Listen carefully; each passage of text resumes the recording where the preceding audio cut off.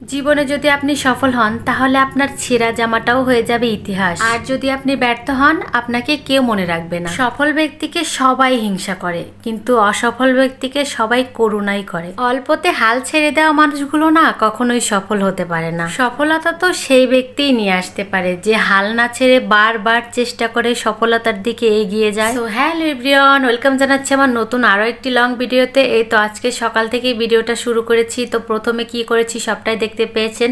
আজকে একদম হালকা পাতলা সকালের খাবার রেডি করে খেয়ে তারপরে এই তো দুপুরে রান্না বান্না করতে চলে আসলাম। অসময়ে আজকে একটা কপি নিয়ে এসেছে, তো সেটাই আজকে কেটে রান্না করব রুই মাছ দিয়ে। সময়ের সবকিছু আসলে খেতে অনেক বেশি ভালো লাগে, যেমন ফুলকপিটা শীতের সময় খেতে ভালো লাগে, কিন্তু অসময় নিয়ে এসেছে তাই আর কি করব, রান্না করি। তবে মাঝে মধ্যে এরকম অসময়ের সবজিগুলোও কিন্তু খেতে ভীষণ ভালো লাগে। ফুলকপিটা দিয়ে আজকে রুই মাছ রান্না করব, তাই মাছটা আগে থেকেই বের করে হলুদ লবণ দিয়ে মাখিয়ে রেখে দিয়েছিলাম। তো এখন সেটা শুধুই ভেজে রান্না করার পালা। তো তার সঙ্গে আরও যা যা রেডি করে নিয়েছিলাম, শাক রান্না করব সেটাও রেডি করে নিয়েছিলাম। তো প্রথমেই আমি যে কথাটি বলেছিলাম, সফলতা আসলেই একদিনে আসে না। আমরা কিন্তু একদিন দুই দিন চেষ্টা করে হাল ছেড়ে দিয়ে চলে যাই, ভাবি না আমার দ্বারা হবে না, আমি হয়তো পারবো না। বিশেষ করে আমরা যারা ফেসবুকে কাজ করি তাদের তো একদমই প্রচণ্ড পরিমাণ ধৈর্য থাকতে হয়। অনেকে আছে 2-3 মাস ফেসবুকে কাজ করে কাজটা ছেড়ে দেয়, মানে বোঝে না হয়তো হবে না আমার দ্বারা, এরকমটা ভেবে কাজটা না করে রেখে দেয়। বাট আপনি নিজস্বভাবে চেষ্টা করবেন আর সবসময় কোয়ালিটিফুল ভিডিও আপলোড দেওয়ার চেষ্টা করবেন, দেখবেন কিছুদিন পরে আপনি অবশ্যই সফল হতে পারবেন।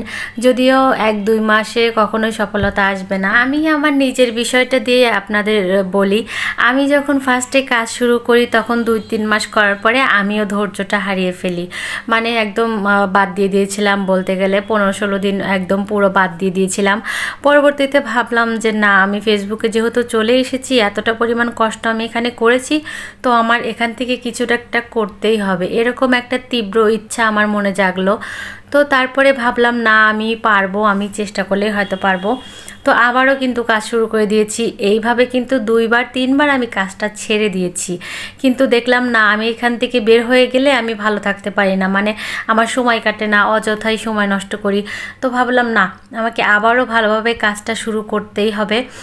তো অল্প অল্প কাজ করতে করতে কিন্তু আমি এত দূর এসেছি, মানে 1টা বছর লেগে গেছে আমার পেজটা মনিটাইজেশন হতে।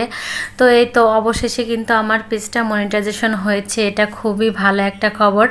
আমিও যে কিছু একটা করতে পারবো সেটা আমি আসলে এখন বুঝতে পারতেছি না, এখন আমি কিছু করতে পারবো। বাট হাল না ছেড়ে দিয়ে কাজ করেছি বিধায় কিন্তু আমি এখন সফল হয়েছি। অনেকে আছে 2-3 মাস কাজ করে ছেড়ে দিয়ে চলে যায়, কিন্তু আপনারা তো হাল ছেড়ে দিয়ে একদমই ভুল করেন, কারণ হাল ছেড়ে দিলে কখনোই হবে না।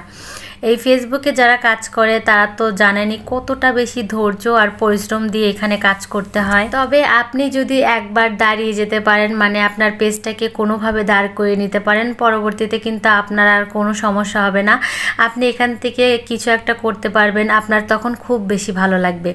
তো যাই হোক, আপনাদের অনেক কথা শেয়ার করলাম, আমার সফলতার গল্প আপনার সঙ্গে শেয়ার করলাম।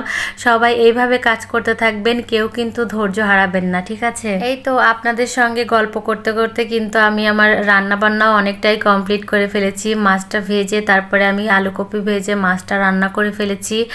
এখন আমি শাকটা রান্না করার জন্য দিয়ে দিচ্ছি। আসলে শাক ভাজি আমাদের রেগুলার একটা রুটিনে থাকে, শাক ভাজি তো থাকবেই। আমি যে তরকারি রান্না করি না কেন তার সঙ্গে কিন্তু শাক ভাজিটা থাকে, এটা আমার ভীষণই পছন্দের। আর শাক খাওয়া কিন্তু অনেক ভালো, বিশেষ করে এরকম সবুজ সবুজ। অনেকেই আছে শাক ভাজি করলে শাকের এই সবুজ ভাবটা থাকে না, মানে অন্য কালচে কালচে ভাব হয়ে যায়। তো সেক্ষেত্রে তাদের বলবো শাকটা কখনোই ঢেকে ভাজি করবেন না, ঠিক আছে? আর হাই হিটে হাই ফ্লেমে একদম ভাজি করে নেবেন, দেখবেন শাকটা এরকম সবুজই থাকবে, দেখতে অনেকটা বেশি সবুজ থাকবে। তো যাই হোক, শাকটাও হয়ে গেছে, এই পাশে কিন্তু আমাদের তরকারিটাও একদমই রেডি হয়ে গেছে, দেখতে অনেকটা সুন্দর লাগছে। রান্নাবান্নাটা যেহেতু আমাদের প্রতিদিনের নিত্য একটা কাজ, তো এটা নিয়ে আর কোনো বিরক্তি প্রকাশ করি না, প্রতিদিন নিজের শখ অনুযায়ী এটাকে বানিয়ে নিয়েছি। মানে এটা আমার একটা শখ হয়ে গেছে, যেহেতু আমি রান্না করতে আগে থেকে অনেক বেশি পছন্দ করতাম আর এখন তো ভিডিও করি, তো সেই সুবাদে আরও সুন্দরভাবে সব কিছু প্রেজেন্ট করতে পারি, খুবই ভালো লাগে। আপনাদের কাছে আমার ভিডিওগুলো কেমন লাগে অবশ্যই কমেন্ট করে যাবেন। যদি ভালো লাগে লাইক কমেন্ট শেয়ার করে ফলো দিয়ে পাশে থাকবেন। ধন্যবাদ।